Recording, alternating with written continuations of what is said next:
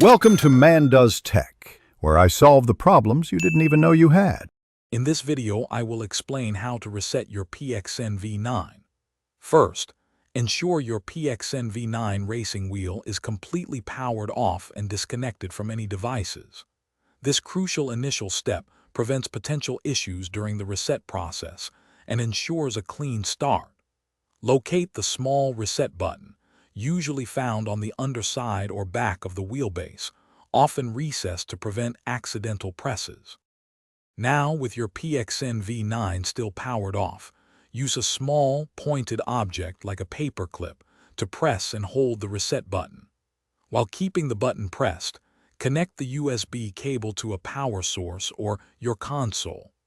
Continue holding the button for about 3 to 5 seconds until you see the indicator lights flash, signaling a successful reset. Once the lights confirm the reset, release the button and disconnect the PXN V9 from power. Reconnect it to your preferred device. You'll then need to recalibrate your steering wheel and pedals. Follow the on-screen prompts or your device's settings to ensure all axes and buttons are responding correctly and accurately for optimal gameplay. If you encounter any issues after the reset, don't worry.